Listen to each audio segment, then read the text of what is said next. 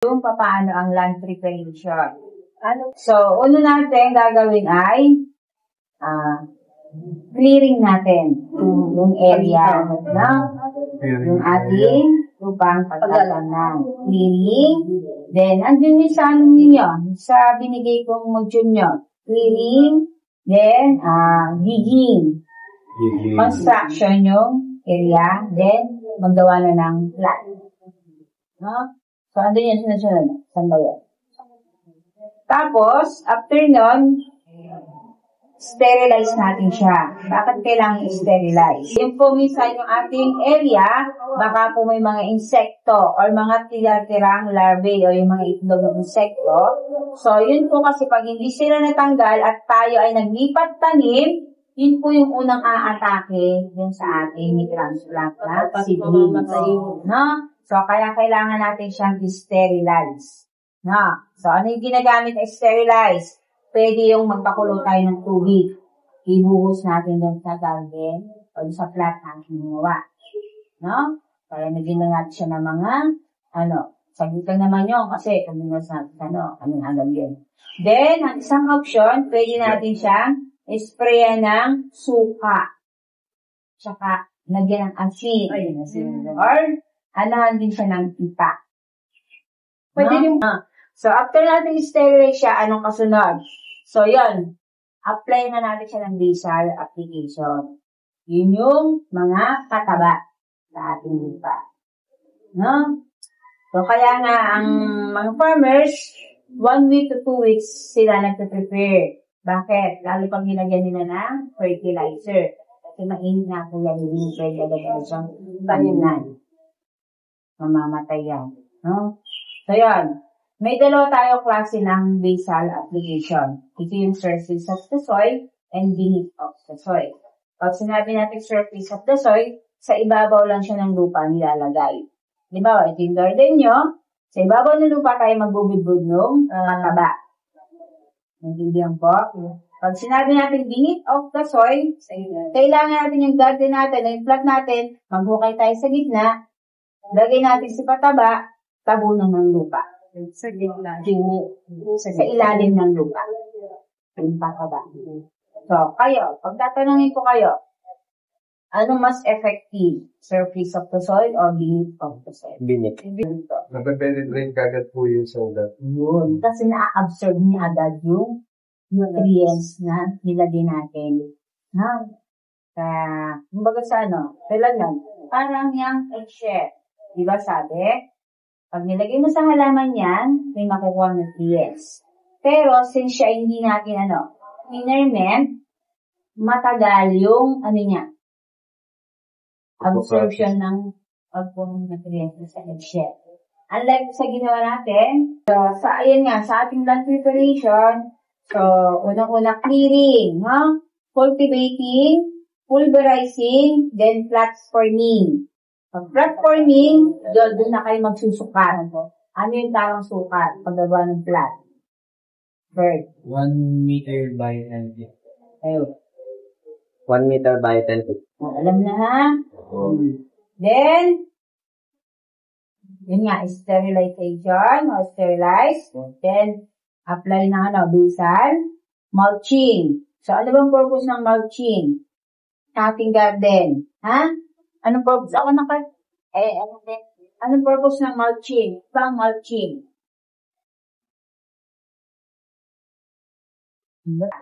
Ang pag-mulching yung hindi na magkaroon pa ng mga tumubong mga damo. So, siya yung prevention. Ang mulching po, ang purpose po niya, para maiwasan yung pagtubo ng mga damo. Bakit? Kasi, yung isang plat po, halimbawa, ito yung plat nyo. So, kung may tanim kayo dito.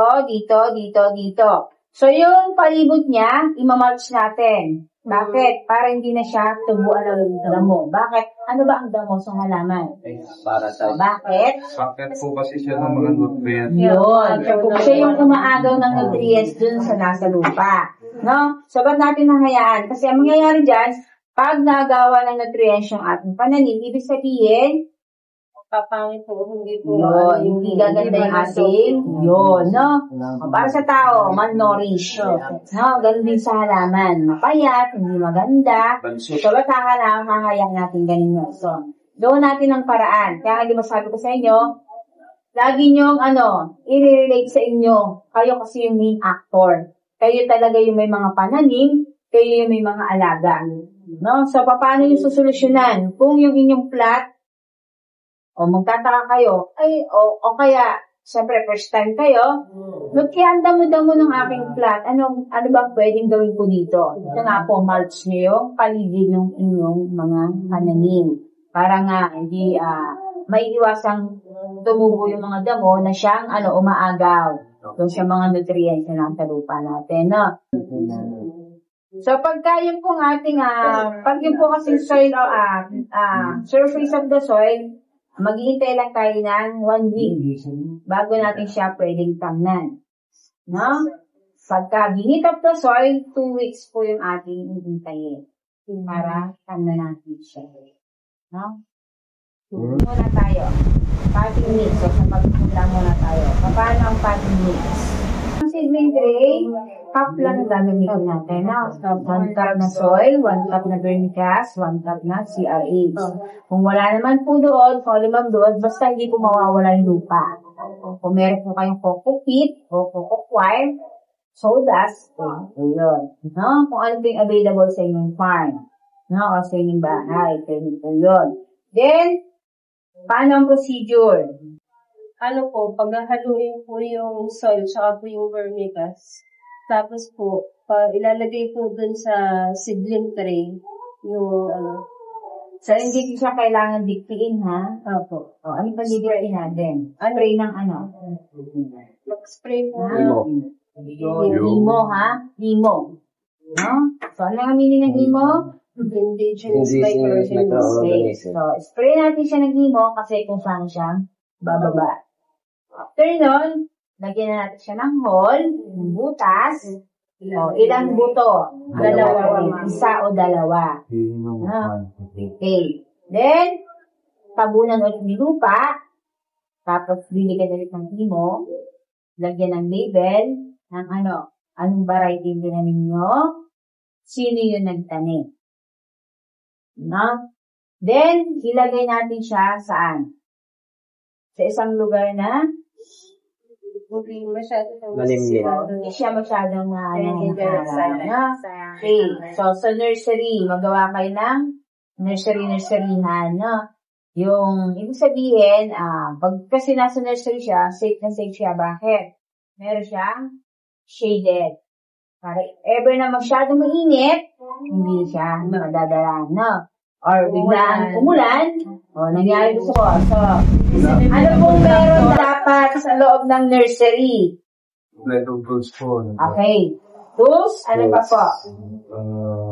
Tools and equipment, ano pa? So, depende sa equipment, baka masyado malaki. Sa labas na lang, no? Ano pa po? Sa patas po na lugar po siya. Okay.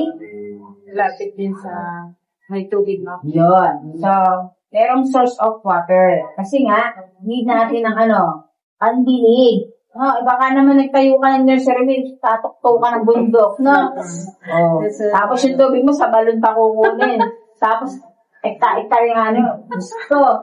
Ito parang isang linyal na diligan mo. Bago ka tuyo na rin yung kabila, no? Mag-install ka lang ng, yung kagaya po sa Water Palayan. irrigation. Ayun. Kaya yung may mga, pipe water.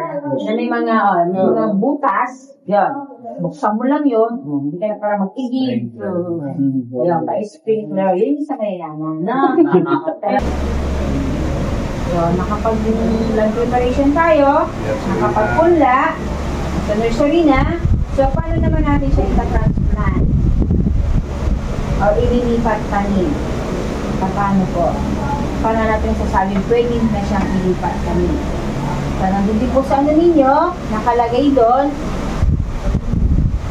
2 to 3 na tunay na dahon, pwede na natin siyang i-transplant or ilipat tanim.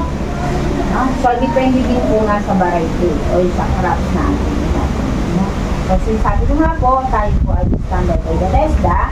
Kung ano sinasabi nila dito, ibig may 2 o 3 uni na dahon, pwede na siyang ilipat tanim. Kailan ba dapat naglilipat tanim?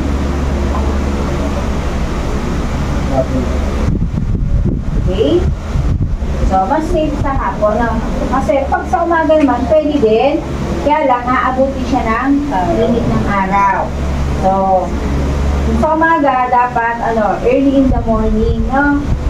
O kaya, after nyo siyang ilipat tanim, di ba nasa sisilin training ilipat tanim natin? Paano natin siya tatanggalin doon? Sa sibling tray po. Sa ilalim. Sa ilalim. So, Sa ilalim na. Baka sabihin ni dagat na yung puan. Maalala Kasi yung ugat niyan, napansin nyo, yung ugat niyan, nakakaikot din doon. Growing period, so yung pwede natin maka-apply na concoctions, tulad na once or twice a week, no? Spray or drench. So, IMO, FPJ, FAA, o HN, FFJ, or LAT. Ngayon po yung sila ay So, yun namang ating NPK, o yung source of organic fertilizer, tulad ng nitrogen, phosphorus, potassium. So, ang nitrogen, siya ay rich organic fertilizer for foliage, and greening. Ibig sabihin, ang isang halaman, kapag naninilaw yung kanyang dahon, siya ay nitrogen deficiency. Kulang siya sa nitrogen. So, saan natin makukuha si nitrogen? Sa concoction, saan natin makukuha? FPJ at FAA. No? Nitrogen fertilizer siya. Ha? Si nitrogen, makukuha natin sa concoctions na FPJ at FAA. Si phosphorus, anong binibigay ni phosphorus? Rich organic fertilizer for the root system. At planting stage, plant preparation. So, phosphorus sa root system naman siya para lalo siyang kumakit sa lupa. Mapatibay siya. No? Okay. So, saan natin makukuha siya? Tulad dito, sa mga animal dung o yung mga manure, chicken manure. No? Tsaka sa CRH. So, si potassium, so siya naman ay for heavy yield. So, saan natin makukuha si potassium? Pag sinabing, naku, naninilay ka, kulang sa potassium. Saging. Yun, saging. O, ano yung nilaw natin ng saging? Na concoction. Fermented. Fruit. Yun. FFJ. Fermented fruit juice. So, ibig sabihin, si potassium o si FFJ, pag in-spray natin, lalo siya ay nasa stage na flowering. Sabihin, namumulaklak na yan, susuli na. So, ito yung best na i-spray natin. Kasi nga, heavy yield, napapadami yung bunga. Hindi lang bunga, mas napapasarap niya yung lasa ng bunga at napapasustansya niya. Pag sinabi natin vegetative stage, so ang mga pwede dito ay FAA, FPJ, seaweeds, duckweed, azolla, extract. So, yung mga nakakasin daw natin yun. No? So, then, yun nga, mga decomposed na rabbit manure at saka processed chicken manure. No? Sa harvesting na tayo. So, yan. Sa pag-harvest, kung ang tinanim nyo ay prutas or gulay, so, kapag leafy vegetables or herbs, yung mga halamang gamot o yung mga medicinal purposes, so, siya ay dapat harvested sa early in the morning or afternoon. Late in the afternoon. Yung po yung pagtamang pag-harvest. No? Kapag ang tanim po ay vegetables, herbs, at saka ayun nga, vegetables at saka herbs. Pag root crops, fruiting vegetables, so any time of the day. Kahit anong oras yun. Ayun po yung mga kamote. Ayun. Na. Anong tawag po? Pag fruit crops, yung mga tulad ng kamoting kahoy, mga maling, nasa ilalim ng lupa, yung radish, yun. So, siya ay any type of legume. Baging, dahon, patatas, no, any type of legume ay pwede siyang harvestin. Na. So, syempre, kung kayo mag-harvest, dapat gagamit kayo ng mga lagayan. No? Or yung kanilang pagkakatungan. Bakit? Kung mag-harvest kayo ng gulay nyo. Para po ano ba? Hindi na masira. Okay. So, para mapangalagaan yung quality. Bakit? Lalo yan ay ititinda nyo sa palengke. Or may pa-order kayo. No, yun yung iingatan yung kalidad. Bakit? Kapag maganda kasing quality, mas mataas yung presyo niyan. No? Mas attractive at tabil po. Ayun, no? So, harvesting tayo. So, paano ba natin yung maturity indices? Pag sinabi maturity indices, mature na ba siya? Paano natin malalaman? Masasabi, pwede na siyang anihin o i-harvest. Sa pamamagitan niyan, size, length, diameter, number of leaves, firmness, solidity, flavor, sweetness, bitterness, then weight, color, yun po yung pwede natin malaman, na pwede natin i-harvest sa isang gulay o yung ating mga prutas. Tulad ng salangka, smell. Diba? Pag nangangamoy na siya, ay amoy mo na lang pwede na yan.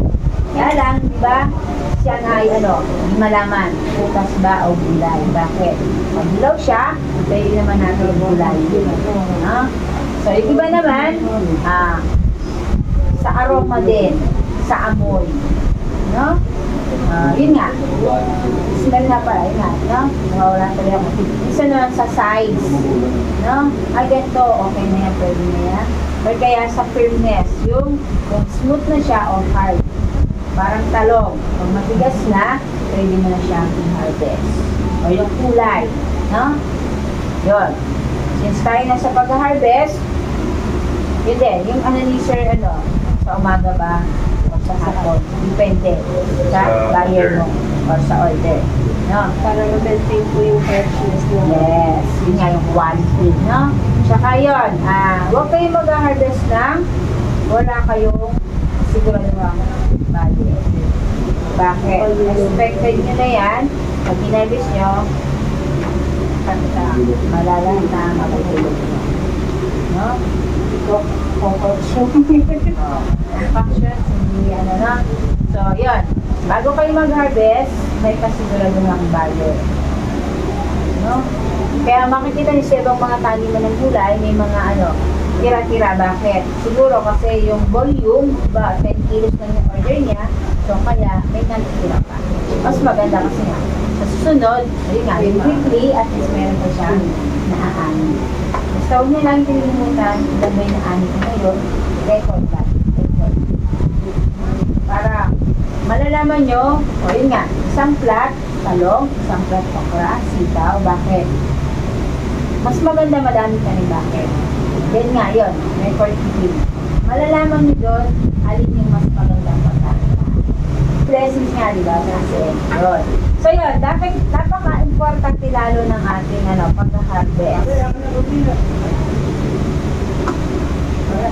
Ano ba ba yung sa post-harvest? Ano yung mga pwede pumasok sa post-harvest? Preservation. Okay? Ano pa? So, andyan yung ating halimbawa, certainly, yun nga, hihiwalay natin yung mga good qualities sa reject. No? Bakit? Kasi magkaiba siya ng presyo. No? Then, ano pa? Grading. Yung sa timbang or yung laki. No? Para yung mga magkaka-size, maganda. Good quality, mataas yung presyo. Yun, no? Pababa natin. No? So, packaging. Napaka-important ng packaging and labeling. Bakit? Marketing purposes po yun. Oh yes. Kaya nga di ba sabi namin sa inyo, hindi lang kami tutunan sa pag-marketing. Bakit? Kasi nga, di ba, pag sa manok, ang alam lang natin, magbenta ng karne. Paano kung na-oversupply ka? Anong gagawin mo sa natira mo? I-untox, benta. Pwede. Yun nga. may longganisa. So, dapat marunong ka mag-innovate. No? So, syempre, marunong ka mag-innovate, dapat marunong ka din mag-market. Kung ang alam ni consumer mo, chicken lang, o yung pang-prito lang, yung karning manok lang ang alam mo sa'yo, so, hindi niya alam, marunong ka ng processing. Yun nga, natira ng mga karne, gawin mo nuggets, diba? Mabata. Yung mga ganun po. So, bakit? Kung ang benta mo ng karne ay 120 ang isang kilo, pag ginawa mo siyang nuggets o iba pang products, ay mga mas kilo, baka mas mataas pa yung kalabasan ng presyo sa isang kilo. Value adding. No? Yung ibig sabihin na dagdag ka ng products na mas mataas. Yun nga, sabi ko nga, diba, kamoting kahoy, magkano isang kamoting kahoy, isang kilo. O per bundle tayo para mabilis ang kwenta.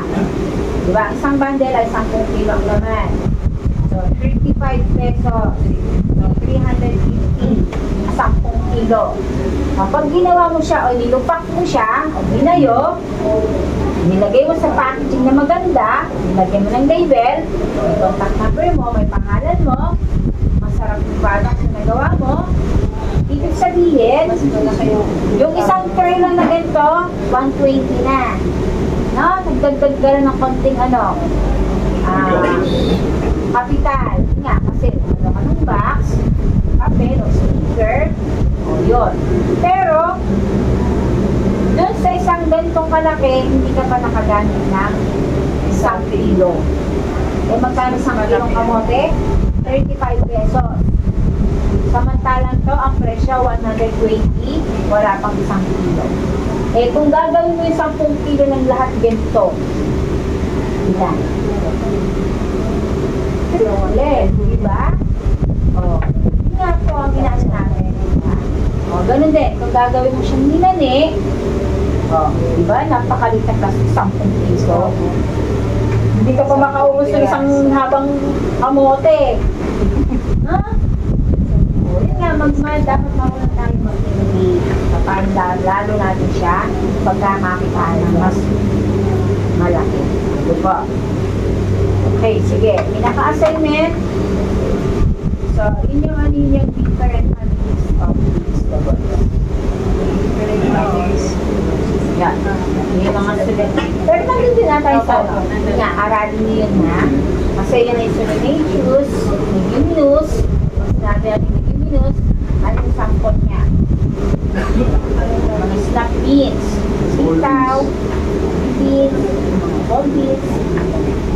So, para alam niyo din yung different habits of vegetables.